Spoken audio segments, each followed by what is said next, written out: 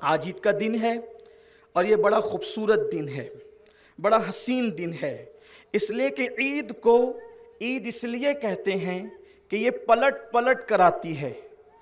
پلٹنے کو، یہ پلٹ پلٹ کر آنے والی خوشیوں کو عید کہتے ہیں۔ اور ہمارے بزرگوں نے لکھا ہے کہ جو عید ہے، عید گاہ پر میدان محشر کا سما ہوتا ہے۔ جیسے سما میدان محشر میں ہوگا، وہ سما عید کے دن عید گاہ پر ہوتا ہے۔ نمبر ایک، جیسے عید گاہ میں لوگ الگ الگ لباس پہن کر آتے ہیں اپنی حیثیت کے مطابق، تو گویا کہ عید گاہ یہ منظر پیش کرتی ہے کہ جیسے آج تم اپنی دولت کے حیثیت کے اعتبار سے الگ الگ شکل میں آئے ہو، الگ الگ لباس میں آئے ہو، ویسے ہی قیامت کے دن جسے میدان محشر کہتے ہیں، اس دن تم اپنے اعمال کے اعتبار سے الگ الگ حیثیت میں اٹھو گے۔ یعنی آج جس کے پاس جتنی دولت ہے، اس کے پاس اتنا قیمتی لباس موجود ہے، اس کے پاس اتنا خوش لباس موجود ہے، لیکن وہاں جس کے پاس جتنے اچھے اعمال ہوں گے، وہاں اس کو خوشیوں کا معاملہ اتنا زیادہ عطا کیا جائے گا، اسے شان اتنی زیادہ عطا کی جائے گی، اسے عظمت اتنی زیادہ عطا کی جائے گی، اسے اس بزرگی اتنی زیادہ عطا کی جائے گی۔ جب امام آتا ہے، امام کے آنے سے پہلے آپ کو انتظار ہوتا ہے، تو میدان محشر کا یہ بھی منظر ہے۔ قیامت کے دن جیسے عیدگاہ پر سب امام کا انتظار کرتے ہیں، ویسے قیامت کے دن اللہ کے فیصلے کا انتظار کیا جائے گا۔ اور پھر ہمارے بزرگوں نے لکھا کہ امام جب خطبہ دیتا ہے تو سب لوگ خاموش چپ چاپ ہو کر کے سنتے ہیں۔ خطبے کے آداب میں ہمارے بزرگوں نے لکھا، دائیں بائیں دیکھنا بھی حرام ہے، سلام کا جواب بھی نہیں دے سکتے، اللہ اکبر، یہاں تک کہ درود شریف جو ہے وہ بھی دل میں پڑھنے کے لیے فرمایا گیا۔ اگر اس میں مبارک مصطفیٰ جان رحمت کا آ جائے تو دل میں درود شریف پڑھنے کے لیے کہا گیا۔ یعنی سب کو خطیب کی طرف متوجہ ہونا ہے، نہ آپ چل سکتے ہیں، نہ بول سکتے ہیں، نہ کھا سکتے ہیں، کچھ نہیں، سب لوگ بالکل اٹینشن ہو کر کے امام کی طرف متوجہ ہوتے اور خطبہ سنتے ہیں بلا تمثیل۔ میدان محشر میں اللہ جب فیصلہ سنائے گا، کسی کا نامہ اعمال دائیں ہاتھ میں ہوگا، کسی کا نامہ اعمال بائیں ہاتھ میں ہوگا، کوئی منہ کے بل گھسیٹا جانے والا ہوگا، کوئی جہنم کا ایندھن بننے والا ہوگا، کسی کو اللہ اکبر تارکول کا لباس پہنایا جانے والا ہوگا۔ جس طریقے سے خطیب کو سب چپ چاپ سنتے ہیں، خدا وحدہ لا شریک جب فیصلے فرمائے گا، اس وقت لوگوں کی خاموشی کا عالم یہی ہوگا۔ میں اور آپ کیا، ہم جیسے گنہگار اور پاپی کیا، قرآن معصوم لوگوں کے لیے کہتا ہے یوم یقوم الروح والملائکہ صفا لا یتکلمون الا من اذن، کہ اس دن تو جبریل امین بھی سارے فرشتوں کے ساتھ، سب فرشتوں کی صفیں ہوگی اور صف بصف سب فرشتے اللہ کی ہیبت سے کانپیں گے، کسی میں کلام کرنے کی جرات نہیں ہوگی۔ اس دن جبریل بھی جرات نہیں کریں گے کلام کرنے کی، الا من اذن، سوائے اس کو جس کو میرا اللہ اجازت دے گا۔ سب چپ ہوں گے۔ اس وقت اگر کسی کو بولنے کی اجازت ہوگی تو وہ آمنہ کا لال ہوگا۔ الا من اذن، یہ الا من اذن بتا رہا ہے کہ کوئی تو بولے گا اور کسی کی تو سنی جائے گی، اور جب وہ بولیں گے تو حکم ہوگا محبوب آج تمہارے ہی لیے تو ہے، فقط اتنا سبب ہے انعقاد بزم محشر کا کہ ان کی شان محبوبی دکھائی جانے والی ہے۔ آج تو آپ ہی کی سنی جائے گی۔ تو میدان محشر کا سما یہ عیدگاہ پیش کرتا ہے۔ اس کا مطلب عید کی نماز میں آنے والوں، عید پڑھ کر پکچر میں جانے کا پلان نہیں کرنا۔ میدان محشر کا سما جس کو یاد رہے، کیا وہ عید کی نماز کے بعد فلم میں جانے کا پلان کرے گا؟ عید کی نماز میں جسے میدان محشر کا منظر یاد آئے، کیا وہ عید کی نماز کے بعد زنا کے اڈوں پہ جانے کا پلان کرے گا؟ کیا وہ شراب کے اڈوں پہ جانے کا پلان کرے گا؟ کیا وہ عورتوں پہ بد نظری کرنے کا پلان کرے گا؟ کیا معاذ اللہ ثم معاذ اللہ وہ عید کی خوشیوں کی موج مستیوں میں کیا بیویوں کو طلاق دے گا؟ یہاں پر شہر کے باثر لوگ موجود ہیں، یہ ہمارے شہر کا بڑا مسئلہ ہے۔ عید کی چھٹیوں میں جتنی طلاقیں واقع ہوتی ہے، اتنی طلاقیں سال بھر میں کبھی واقع نہیں۔ مفتی صاحب جلوہ گر ہیں، یہ بھی دارالفتاح میں لوگوں کو کی رہنمائی کرتے ہیں، اور بھی ہمارے شہر کے عمائدین موجود ہیں، لیکن یہ ہوتا ہے، سوچے تو صحیح، کہاں خدا بخشش کا پروانہ عطا کر رہا ہے اور کہاں عید کی چھٹیوں میں طلاق کی شرح واقع ہو رہی۔ حیرت یہ ہے کہ پوری دنیا کے مسلمان اس وقت ایک مرثیہ گا رہے ہیں، مسلمانوں پہ ظلم ہو رہا ہے، مسلمانوں پہ ظلم ہو رہا ہے، مسلمانوں پہ ظلم ہو رہا ہے۔ آپ مجھے بتائیں مسلمان کتنے ہیں؟ کسی نے کہا تھا یہ شہادت گہے الفت میں قدم رکھنا ہے، لوگ آسان سمجھتے ہیں مسلمان۔ آج وہ عید سعید جس میں رسول اللہ صلی اللہ علیہ وآلہ وسلم نے صدقہ فطر کو واجب قرار دیا اور فرمایا غریبوں کو مانگنے سے پہلے غریبوں کی جھولیاں بھر دو، یہ عید ہے، غریبوں کو مانگنے سے پہلے غریبوں کی جھولیاں بھر دو۔ آج میری قوم جتنے بینروں پر اور ہولڈنگز پہ خرچہ کر رہی ہے، اگر وہ پیسے بچ جائیں تو درجنوں نہیں بلکہ ہزاروں غریبوں کی جھولیاں بھر سکتی ہے۔ لیکن اس قوم کو تو نام ہی چاہیے، ہم تو نام کے لیے اتنا مر رہے ہیں، اللہ اکبر۔ حالانکہ مرنے کے بعد سب سے پہلے جو چیز چھینی جائے گی وہ اپنا نام ہی ہوگا۔ مثال کے طور پہ اگر امین القادری مر جائے تو آج جو امین القادری کو مائک پہ بلاتے ہیں کہہ کہ امین القادری آ رہا ہے، لیکن مرنے کے بعد سب سے پہلے اللہ نام چھینتا ہے۔ جس ہولڈنگز پر نام کے لیے تصویروں کے لیے غریبوں کو فراموش کر رہے ہو، اگر جلسے وغیرہ ہو ضرورت کے مطابق تو الگ بات ہے، لیکن آج پورا محلہ رنگین ہو گیا تصویروں سے۔ حیرت کی بات، نام چاہیے، نام ہی نام ہے جو کچھ ہے حقیقت کے سوا، راستہ کچھ بھی نہیں ان کی شریعت کے سوا۔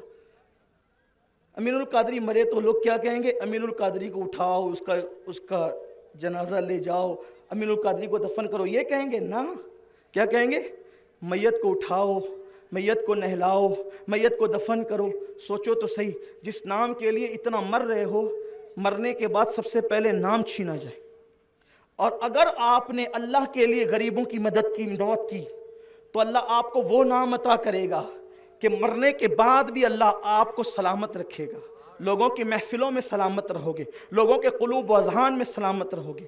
لیکن حیرت ہے، تو میں عرض یہ کر رہا تھا کہ لوگ مختصر کرنا ہے کیونکہ وقت پر گفتگو مکمل کر کے ہمیں بات ختم کرنا ہے، نماز کا طریقہ بھی آپ نے سننا ہے۔ تو لوگ کہتے ہیں کہ مسلمان پٹ رہا ہے، مسلمانوں کے ساتھ اچھا نہیں ہو رہا ہے۔ میں کہتا ہوں اس کی خبر آج سے 1450 سال پہلے اللہ کے رسول صلی اللہ علیہ وآلہ وسلم نے دے دیا تھا۔ اس کو غور سے سننا، میری اختتامی بات ہے۔ آج کے حالات، اچھا یہ بات یہ ہمارے نبی کی خصوصیت ہے، سیکھا کسی انسان سے نہیں اور سیکھا سب کو رہے، اس لیے کہ ان کا استاد ان کا خدائے وحدہ لا شریک، یہ خصوصیات مصطفیٰ جان رحمت سے ہے۔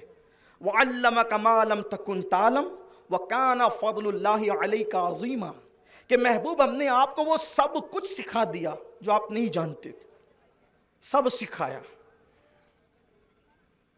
1450 سال پہلے میرے آقا علیہ السلام نے آج کے حالات کا پورا نقشہ پیش کیا۔ آقا علیہ السلام ارشاد فرماتے ہیں، حدیث پاک کا مفہوم ہے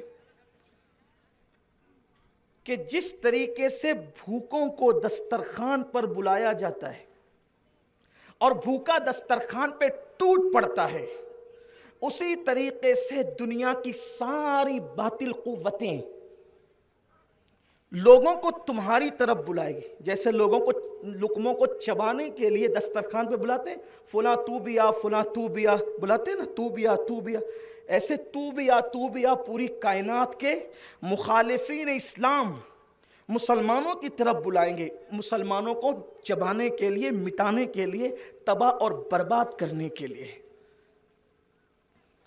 صحابہ کرام نے جب یہ سنا تو عرض کیا، یا رسول اللہ صلی اللہ علیہ وآلہ وسلم، کیا اس وقت ہماری تعداد کم ہوگی؟ کیا ہم تعداد میں کم ہوں گے؟ اللہ کے رسول علیہ السلام نے فرمایا، نہیں، تم تعداد میں کم نہیں ہوں گے، تم تعداد میں کم نہیں ہوں گے، بلکہ تمہاری بہت بڑی تعداد ہوگی، لیکن بڑی تعداد کے باوجود بھی تمہاری حیثیت ایسی ہوگی جیسے سیلاب میں یا سمندر میں جھاگ کی اور کچرے کی حیثیت رہتی۔ آپ نے دیکھا ہوگا کچرا سب سیلاب آتا ہے یا سمندر میں جب کچرا ڈالا جائے تو کیسے کچرے کو سمندر ادھر سے ادھر ادھر سے ادھر اور ادھر ادھر لے کر کے جاتا ہے. میرے نبی غیبدہ نبی صلی اللہ علیہ وآلہ وسلم فرماتے ہیں تم تعداد میں بہت زیادہ ہوں گے لیکن تمہاری حیثیت ایسے ہوگی جیسے سمندر میں یا سیلاب کے پانی میں جھانک کی ہوتی ہے, اور لوگ تم پر ایسے ٹوٹ پڑیں گے جیسے بھوکا دسترخوان پہ ٹوٹ پڑتا ہے. اللہ میرے نبی کے اصحاب پر رحمتوں کا نزول فرمائے. ایک ایک بات پوچھ کر کے سارا معاملہ کلیئر کیا. پوچھا حضور اس وقت ایسی کیا چیز ہو جائے گی مسلمانوں میں کہ مسلمانوں کا روب دبدبہ ختم ہو جائے گا؟ کیونکہ اللہ کے رسول علیہ السلام فرماتے ہیں کہ اللہ نے مجھے یہ خصوصیت دی ہے کہ میرا روب دشمن اسلام پر 1 مہینے کی مسافت تک ہے. یعنی حضور جہاں رہیں گے اس سے 1 مہینے کی دوری تک لوگوں کے دل پر خوف طاری رہے گا. اور حضور کے صدقے میں حضور کی امت کو اللہ نے یہ شان عطا کی کہ اگر کوئی رسول اللہ کا وفادار سچا امتی بن جائے تو اس کا روب مخالفین اسلام پر طاری رہتا ہے. آپ دیکھ لیں مولائے کائنات کا روب کہ آج بھی لوگوں کے دلوں پہ طاری نہیں. کہنے والوں نے کہا ہے کبھی زنجیر ہلتی ہے کبھی در کانپ جاتا ہے, علی کا نام سن کر اب بھی خیبر کانپ جاتا ہے. صلاح الدین ایوبی کا روب نہیں لوگوں کے دلوں پر, طارق بن زیاد کا روب نہیں لوگوں کے دلوں پر, عمر ابن خطاب کا روب نہیں لوگوں کے دلوں پر. ایک زمانہ وہ گزرا کہ اسلام دشمن خواتین اپنے بچے جب سوتے نہیں تھے تو کہتی تھی بیٹا سو جاؤ, یا تو عمر آ جائے گا یا تو صلاح الدین آ جائے گا. یہ روب تھا. اور آج جس قوم کا روب اسلام کے مخالفین کے دلوں پر تھا وہ قوم آج چپکلی چوہے سے اور رات کے اندھیرے میں اپنے سائے سے ڈر رہی ہے. وجہ جس قوم کے دل سے اللہ کا خوف نکل جائے پھر اس قوم کی حالت یہی ہوتی ہے. کیا ہوا؟ صحابہ نے پوچھا حضور اس امت کی حیثیت ایسی کیوں ہوگی؟ اللہ کے رسول علیہ السلام فرماتے ہیں میری امت میں 2 چیزیں پیدا ہوگی. آقا فرماتے ہیں میری امت میں 2 چیزیں پیدا ہوگی. نمبر 1, بلکہ پہلے فرمایا کہ میری امت وہن کا شکار ہو جائے گی. صحابہ کو فرمایا میری امت وہن کا شکار ہو جائے. پوچھا یا رسول اللہ وہن کیا ہے؟ تو فرمایا 2 چیزوں کا نام وہن ہے, حب الدنیا و کراہیت الموت. جب میری امت دنیا کی محبت اور موت سے نفرت کرے گی اس وقت میری امت کا یہ حال ہوگا کہ لوگ ایسے ٹوٹ پڑیں گے جیسا بھوکا دسترخوان پہ ٹوٹ پڑتا ہے. آج دیکھ لیں کیا ہمارے اندر دنیا کی محبت پیدا نہیں ہو گئی؟ ہم دنیا کی محبت میں ڈوب نہیں گئے؟ یہی مالیگاؤں تھا آج سے 5 سال پہلے کا 5 سال کی بات کر رہا ہوں, جس وقت تو مسلمان رمضان شریف میں دن کو ہوٹل نہیں چلاتا تھا. کیوں؟ اس لیے کہ روزے داروں کو میں نے کیوں چائے پلانا ہے, تو روزے داروں نے تو چائے نہیں پینا ہے. تو کہا کہ پھر ان بدبختوں کو کیوں چائے پلانا ہے جنہوں نے اللہ کا خوف دل سے نکال کر روزے ہی ترک کر دیے, میں نے ان کو کیوں چائے پلانا؟ وہ میری ہوٹل پر کیوں آئے منحوس قدم لے کر بغیر روزے کی حالت میں کہ میں انہیں چائے پلاؤں؟ یہ دنیا کی محبت ہے. جو کھانے کی ہوٹلیں بھی تم نے شروع کر دی اور چائے کی ہوٹلیں بھی شروع کر دی. یاد رکھنا 1 مہینے میں کتنے کروڑ پتی بن گئے تم, اب 11 مہینے اس کا بھگتان دیکھنا کیا ہوگا. بد دعا کے طور پہ نہیں کہہ رہا ہوں, اللہ کی خفیہ تدبیر سے آگاہ کرتے ہوئے کہہ رہا ہوں. ہاں یہ صورتحال ہے, دنیا کی محبت ہے یہ. پھر اس کے بعد دنیا کی محبت نکالو اور موت سے نفرت مت کرو, حالات بدلیں گے. قرآن کہتا ہے ان اللہ لا یغیر ما بقوم حتی یغیر ما بانفسہم. جو قوم اپنے حالات جب تک نہیں بدلتی اللہ بھی اس کے حالات نہیں بدلتا. اور اس کا حل کیا ہے؟ سب رونا رو رہے ہیں کہ مولانا مصیبت میں امت مصیبت میں. قرآن نے تو 1400 سال پہلے بتا دیا کہ یہ حالات بدلیں گے کیسے. قرآن کہتا ہے ان تصبروا وتتقوا. صبر کہتے ہیں گناہ سے بچنے کو. صبر کی ایک ڈیفینیشن, ایک تعریف یہ بھی ہے گناہ سے بچنا. ان تصبروا گناہ سے بچو, وتتقوا اور تنہائی کی زندگی کو بدل دو, یعنی تنہائی میں گناہ چھوڑ دو, متقی بن جاؤ, اللہ تمہارے حالات کو تبدیل فرما دے گا. ان تصبروا وتتقوا. سب کے سامنے کھڑے ہو کر کے پانی نہ پینے والوں اپنی تنہائیوں تو دیکھو کہ ہماری تنہائیاں کیسے گزرتی ہے.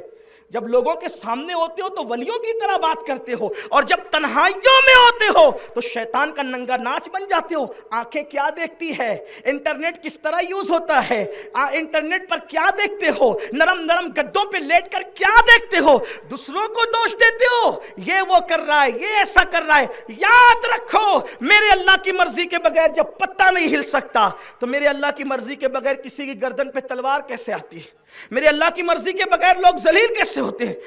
حضرت اما عائشہ صدیقہ نے حضرت سیدنا امیر معاویہ رضی اللہ تعالیٰ عنہ کو خط لکھ کر کے فرمایا تھا کہ جب لوگ چھپ کر گناہ کرتے ہیں تو اللہ ان کی نفرتیں لوگوں کے دل میں پیدا کر دیتے۔ یہ نفرتیں یوں ہی نہیں آتی، بس اینڈ پر حل آپ کے سامنے پیش کر دیا ہے۔ لوگ نفرت کی بات کر رہے ہیں ہندوستان میں، نفرت کی۔ ہم نے کیا کرنا؟ ہم نے کوئی بھڑکاؤ باتیں نہیں کرنا، اس لیے کہ نفرت دو وجہ سے ہوتی ہے، اس کو سن لیں۔ نمبر ایک، نفرت کوئی سیاست کی وجہ سے کرتا ہے، اور نفرت کوئی اس وجہ سے کرتا ہے کہ اپنے آپ کو صحیح سمجھ کر وہ صحیح کو غلط سمجھتا ہے۔ اس کی آسان مثال یہ سمجھیں، حضور سے نفرت، مسلمانوں سے نفرت ابو جہل بھی کرتا تھا، اور مسلمانوں سے نفرت حضرت عمر بھی کرتے تھے، دونوں کو نفرت تھی۔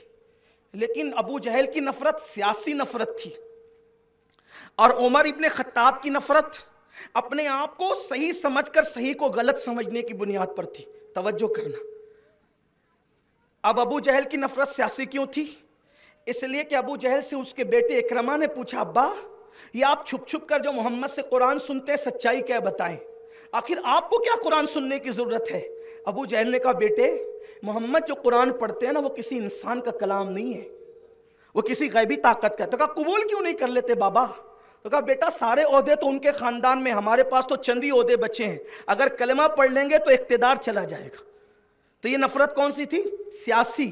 اس لیے چاند کے ٹکڑے دیکھ کر بھی مسلمان نہیں ہوا، کنکریوں کا کلمہ پڑھتے دیکھ کر بھی مسلمان، کیونکہ سیاسی نفرت تھی، اقتدار کا خطرہ تھا۔ لیکن عمر ابن خطاب کی جو نفرت تھی، اپنے آپ کو صحیح سمجھ کر صحیح کو غلط سمجھ رہے تھے، تو رسول اللہ نے کیا کیا؟ اخلاق ابو جہل کے سامنے بھی پیش کیا، اور اخلاق عمر ابن خطاب کے سامنے بھی پیش کیا۔ عمر کے پاس تلوار تھی، اپنے آپ کو صحیح سمجھ کر امیر حمزہ رضی اللہ تعالیٰ نے تلوار نکالی، کہا کہ ہم تو تلوار کا جواب تلوار سے دیں گے۔ میرے آقا نے فرمایا، چچا نہیں، ہم لوگ تلوار کا جواب تلوار سے دینے والے نہیں ہیں، ہم تلوار کا جواب دعاؤں سے دینے والے ہے نا۔ حضور اٹھ کر کے آئے، عمر ابن خطاب کا استقبال کرنے کے لیے، اور وہ کیا من موہنی صورت تھی، وہ کیا جلوے تھے۔ جب حضور نے اپنے اخلاق سے بتایا تو عمر ابن خطاب کلمہ پڑھ کے مسلمان ہو گئے۔ اگر آج نفرت کی بولی بولی جا رہی ہے تو دو وجہ سے، ایک تو سیاسی اقتدار کی وجہ سے، یا پھر لوگ ہمیں غلط سمجھ رہے ہیں، وہ ان کو غلط فہمی پڑھائی گئی ہے کہ وہ تو تلوار سے پھیلا ہوا مذہب ہے۔ آپ کو گالی نہیں دینا، آپ نے یہ بتانا ہے وہ مذہب تلوار سے کیسے پھیل سکتا ہے جس کے لیے دشمن کے آنے پر بھی میرے نبی نے چادر بچھائی۔ لیکن آپ یہ بات کب بتاؤ گے؟ آپ کو تو لیلا مجنوں کی داستان سے فرصت نہیں ہے۔ آپ نے اپنے نبی کی سیرت پڑھی کتنی؟ ہمیں تو یہ بھی نہیں پتا کہ رسول اللہ کی 11 ازواج تھی تو ان کے نام کیا ہے، حضور کی 4 شہزادیاں تھیں تو ان کے نام کیا ہے، حضور کے 2 شہزادے تھے تو ان کے نام کیا ہے۔ ہم کب نبی کی سیرت پیش کریں گے؟ بڑی معذرت کے ساتھ سب کی سیرتوں کو پیش کرنے والوں، اپنے نبی کے عشق کا دعویٰ کر کے ہم نے نبی کی سیرت پہ ظلم کیا ہے۔ ہم نے سب کی زندگی کو پیش کیا، باپ کی، دادا کی، پردادا کی، لیکن کیا ہم نے رسول اللہ کی سیرت بھی پیش کی؟ خدا کی عزت کی قسم، جس دن صحیح نہج پر ہم نبی کی سیرت کو پیش کریں گے، اگر دنیا مسلمان نہ ہوئی کم سے کم یہ نفرتوں کی بولیاں تو ختم ہو جائے گی دنیا سے۔ جس دن لوگ رسول اللہ کو، ہمارے نبی کی شان آپ کو بتاؤں، ایک دن ایک نوجوان اپنی ماں کے پھٹے کپڑے دیکھتا ہے، یہ حضور کی سیرت ہے۔ سیرت کے جلسوں میں بھی اب سیرت بیان نہیں ہوتی، بڑی معذرت کے ساتھ، اور سیرت کے تو جلسے ہی نہیں ہوتے اب تو، اللہ ماشاءاللہ۔ اور جو لوگ سیرت کے جلسے کرتے ہیں ان کے یہاں بڑی دل کے اندر کوتاہی ہو گئی ہے، پتہ نہیں کیوں۔ سیرت الانسان بیان ہوتی ہے، سیرت النبی تو ہاتھ ہی لگاتے لوگ۔ بہرحال کیا کہنا، عید کا دن ہے، خوشیوں کا دن ہے، کوئی رونے دھونے کی بات نہیں۔ لیکن ایک جوان اپنی ماں کے پھٹے کپڑے دیکھ کے ماں سے کہتا، امی تیرے بدن کے کپڑے اتنے پھٹ گئے نا، مجھے برداشت نہیں ہوتا کہ تیرا جوان بیٹا تیرا بدن دیکھے. ماں میرا چچا، ماں میں محمد کے پاس جاتا ہوں. بھائی وہ مسلمان نہیں تھا تو وہ تو ایسے ہی بولے گا نا. ہم تو القاب سے بولتے ہیں، ہے نا. ہم تو مزمل، مدثر، طٰہٰ، یاسین، یا رسول اللہ، یا نبی اللہ بارہ. اس کی زبانی نقل کر رہا ہوں. میں محمد کے پاس جاتا ہوں، روحی فدا. بول دیا کرو صلی اللہ علیہ وسلم. آقا کا نام ہے تو درود پڑھ لیا. ماں نے بہت کٹر تھی وہ اپنے مذہب میں. نہیں محمد کے پاس جائے گا نا وہ تیرا دین چھین لے گا. کپڑے لے کر کے ہمیں دین نہیں بیچنا. کٹر تھی اپنے مذہب کے اندر، اپنے آپ کو صحیح سمجھتی تھی، صحیح کو غلط سمجھ رہی تھی. کپڑے دے کر دین چھینے گا محمد، تو نے نہیں جانا. تو ماں پھر میں اپنے چچا کے پاس جاؤں، میرا چچا بڑا مالدار ہے. ہاں جا تیرے چچا کے پاس. چچا کے پاس گیا. چچا میری ماں کے کپڑے اتنے پھٹ گئے پہننے کے قابل نہیں ہے. چچا آپ میری ماں کو کپڑے دے سکتے ہیں؟ چچا بھی مسلمان نہیں تھا، ان کے اپنے کردار، ان کی اپنی زندگی. اس نے کہا بہت بھیک مانگتے ہو، جاؤ یہاں سے. کب تک میں تمہیں دیتا رہوں؟ کب تک میں تمہارا پورا کرتا رہوں؟ جاؤ یہاں سے. جب چچا سے دل برداشتہ ہوا وہ جوان، ماں سے کہا دیکھا چچا نے ہکال دیا، اب جاؤں محمد کے پاس مانگو کپڑے، کیونکہ تجھے ننگا تو نہیں دیکھ سکتا نا ماں، بیٹا ہوں نا. ماں نے کہا وہ کپڑے دے گا تو ایمان چھین لے گا، تیرا مذہب چھین لے گا. تو وہ نوجوان تھا جذباتی. اس نے کہا ماں میں محمد کے پاس جاؤں گا نا، روحی فدا صلی اللہ علیہ وسلم، میں ایک کنڈیشن رکھ دوں گا، ایک شرط رکھ دوں گا. کہا کیا؟ کہا میں کہہ دوں گا کہ ہم مسلمان نہیں ہوں گے، پھر میں اپنی بات رکھوں گا. اب دیکھو اپنے نبی کی سیرت. حضور کے پاس اس دن ایک ہی چادر تھی، یمنی چادر، یمن سے ہوئی چادر تھی. حضور اسی کو اوڑھ کر کے مسجد نبوی میں بیٹھے ہوئے تھے. صحابہ کا جمگٹا تھا. اپنے انداز میں کہوں، ستاروں نے ارد گرد سے میرے نبی کو گھیر رکھا تھا، اور آفتاب نبوت اور مہتاب رسالت پورے آب و تاف کے ساتھ چمک کر کے چاند و سورج کو نور کی خیرات عطا کر رہا تھا. سوچو تو صحیح، اللہ اکبر، کہ کیا وہ منظر ہوگا، کتنا حسین وہ منظر ہوگا جب آمینہ کا لال پورے آب و تاب کے ساتھ جلوگر ہوگا اور صحابہ ستاروں کی طرح جھرمٹ مار رہے ہوں گے. وہ جوان آتا ہے اور کہتا ہے اے محمد، روحی فدا صلی اللہ علیہ وسلم، میں ایک بات، اپنی حاجت لے کر آیا ہوں آپ کے پاس، لیکن اس سے پہلے ایک شرط ہے. حضور نے فرمایا کہو. میں مسلمان نہیں ہوں گا، آپ پہ ایمان نہیں لاؤں گا، اپنا پرانا مذہب نہیں چھوڑوں گا، لیکن ایک حاجت لے کر آیا ہوں، ایک چیز مانگنے آیا ہوں. حضور نے مسکرا کر کہا، جس کی تسکیہ سے روتے ہوئے ہنس پڑے، اس تبسم کی عادت پہ لاکھوں سلام. میرے آقا نے مسکرا کے کہا کہو کیا بات ہے، مسلمان نہیں ہونا ہے؟ نہ ہونا. کہو تو صحیح بات کیا ہے، کہو تو صحیح بات کیا. یہ دربار محمد ہے، یہاں اپنوں کا کیا کہنا، یہاں سے ہاتھ خالی غیر بھی جایا نہیں کرتے. کہو نا کیا بات ہے، مسلمان نہیں ہونا ہے؟ کوئی بات نہیں، کہو تو بات کیا ہے. اس نے کہا میری ماں کے کپڑے اتنے پھٹ گئے کہ پہننے کے قابل نہیں ہے، میری ماں کو کپڑے کی ضرورت ہے. میرے آقا نے فرمایا میرے پاس اس وقت کپڑے تو نہیں ہے، یہی ایک چادر ہے جس کو میں اوڑھ کر کے بیٹھا ہوں، یہ تیری ماں کو لے جا کر کے پیش کر دینا. یہ سیرت مصطفیٰ ہے، جس کا نبی اس شان کا مالک ہو کہ کوئی مانگنے والا یہ کہہ کر آتا ہو کہ ہم مسلمان نہیں ہوں گے، دینا ہو تو دو، وہ اپنی اتار کر چادر دے دیتے. جب بیٹا چادر لے گیا تو آنکھوں میں آنسو تھے، اس کی آنکھ میں آنسو تھے. ماں نے کہا کیوں رو رہا ہے؟ کہا ماں، چچا نے چچا ہو کر، تیرا دیور ہو کر کے ہکالا، اور میں نے محمد سے کہا کہ ہم مسلمان نہیں ہوں گے. ان کے پاس کپڑے نہیں تھے دینے کے لیے، اپنی چادر اتار کر کے دے دیا، لو ماں اس کو پہن لو. ماں نے کہا اب چادر بعد میں اوڑھوں گی، پہلے محمد کا کلمہ پڑھ کے مسلمان ہو جائے. یہ سیرت ہے اپنے نبی کی. ہمیں نفرتوں کا جواب محبتوں سے دینا ہوگا.